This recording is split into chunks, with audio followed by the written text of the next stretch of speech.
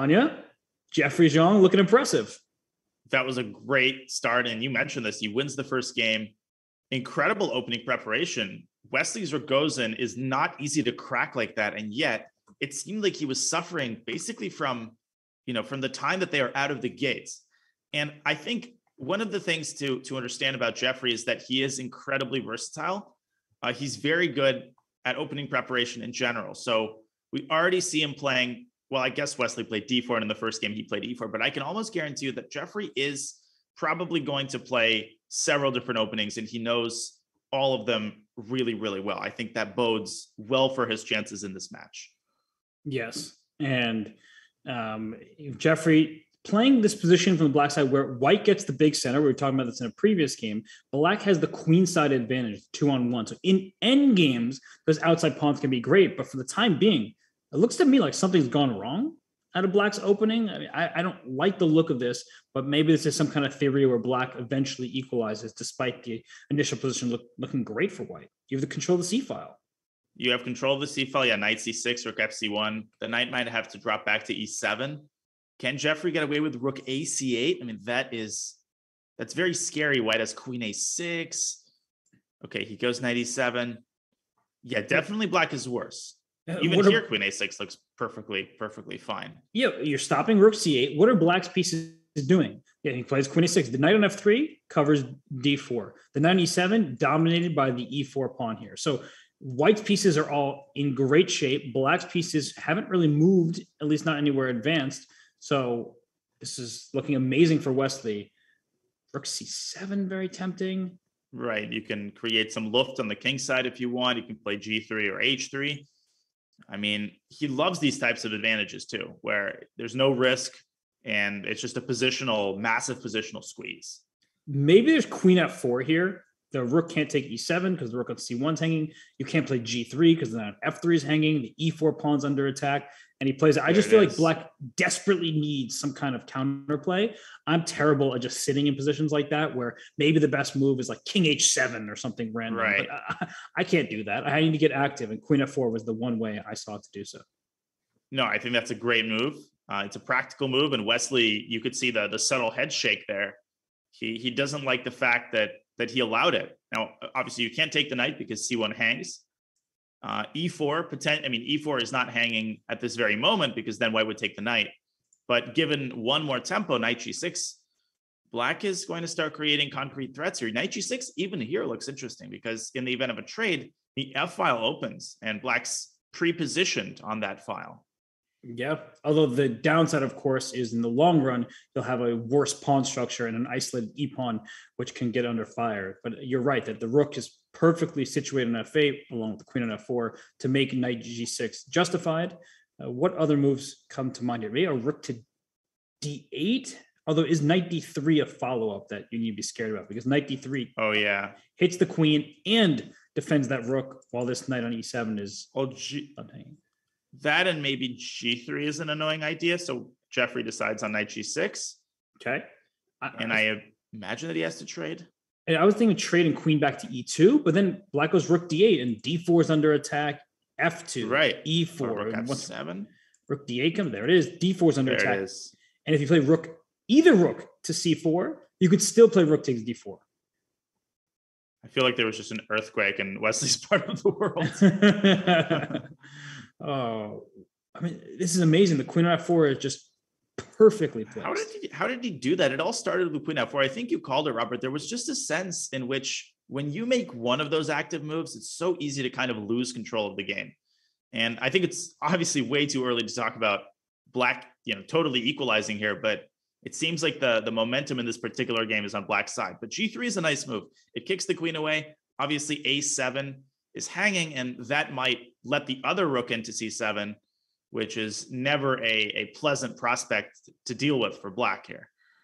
Yes, I mean, Wesley's position is still dominant. I did not like the way the opening went for Jeffrey. Wesley handled it perfectly. And yeah, well, it's kind of crazy. We're just going, the position's looking better for Black. G3's played. I'm like, maybe not so fast. Looks really good for white. Still, these weaknesses that Black has to deal with across the board. And as you mentioned, a second rook lining up in the 7th rank would just end the game. So Oh, look at this line. Rook c7, queen d1 check, and then king g2. Well, of course, white can take on d1 and win, but I just think it's funny to illustrate that this is a classic mating pattern that white could use to his advantage and try to distract black's queen. Right. The king gets squeezed in by its own rook. So it's sort of a funny little smother type checkmate. And that's why Jeffrey went king h8 and he pre-moved queen takes g7. Yeah, but queen b2 and a white is winning here.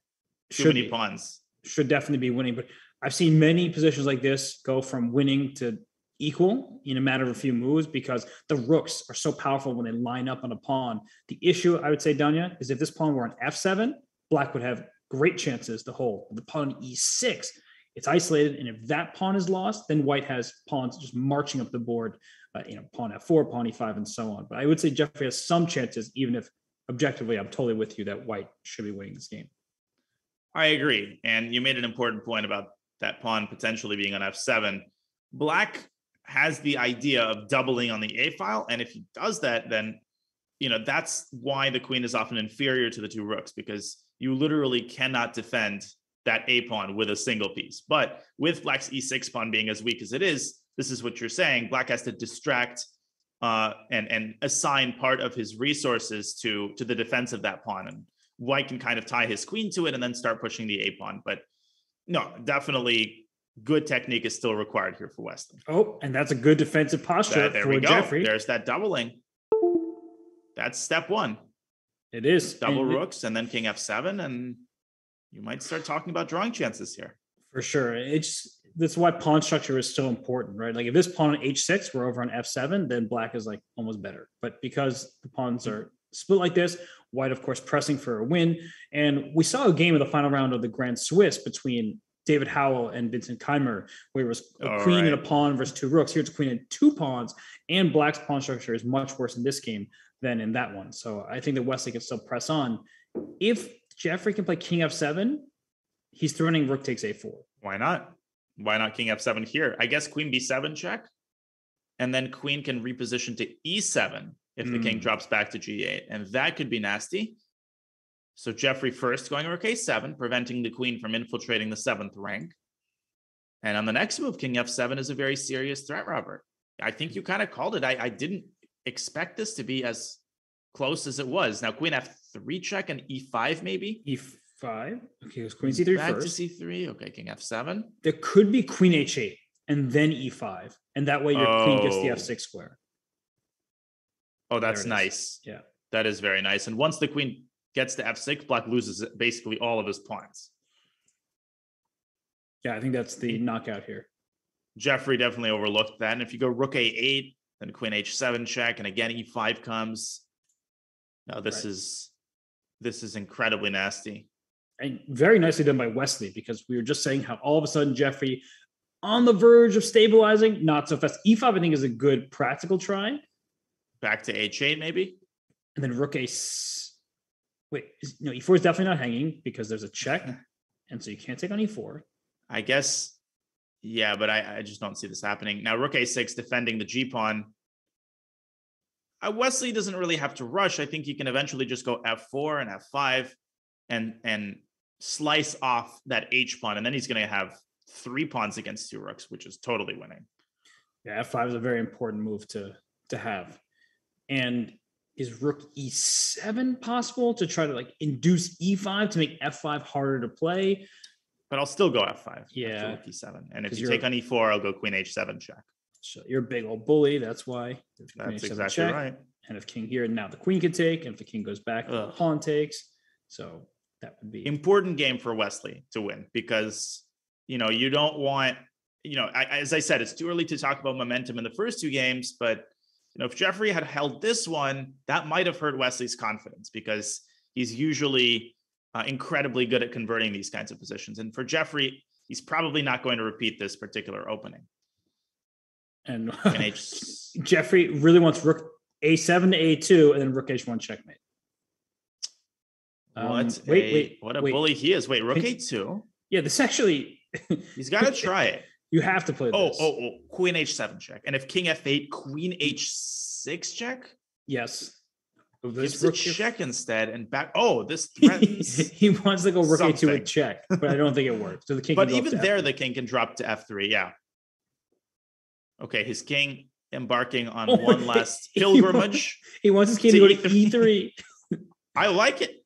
It's a You good know, effort. these positions, this can turn around. You know, sometimes you're just giving these checks, you think everything wins, and all of a sudden the king somehow finds shelter. It only works though, Danya, if the time was reversed, right? If Wesley had 6 seconds left. But this is King F3 and rook A1. Yeah, but now you're gonna just go like queen. At some point, you may be able to take a rook with your queen and then push your pawns, but not yet. That's exactly what I was trying to get done. Wesley's a little annoyed here, I think, that he's not winning this queen in smoother fashion, but queen E3 and then put your queen and on even queen D2. D2. Yeah, exactly. Queen let's D5 not forget, White has a gazillion passed pawns there. Okay, 2 to be exact, but no, gazillion was the technical term for it. You were correct the first right, time. right. I'm sorry, I keep using. They warn me not to use jargon, but can't help it. So Wesley, he's thinking Wesley here. Yeah. I like that they're going to trade off victories. That's the vibe I'm getting from this match in the early going. They're really going for it. Does king get out? Yes, it goes E3, king D4. E3, king D4, and the zigzag. The dreaded zigzag. And now there's got to be a fork somewhere. This rook has to be lost. Queen A4 check. Queen. And the queen A1 check. Very nice. Very, very nice.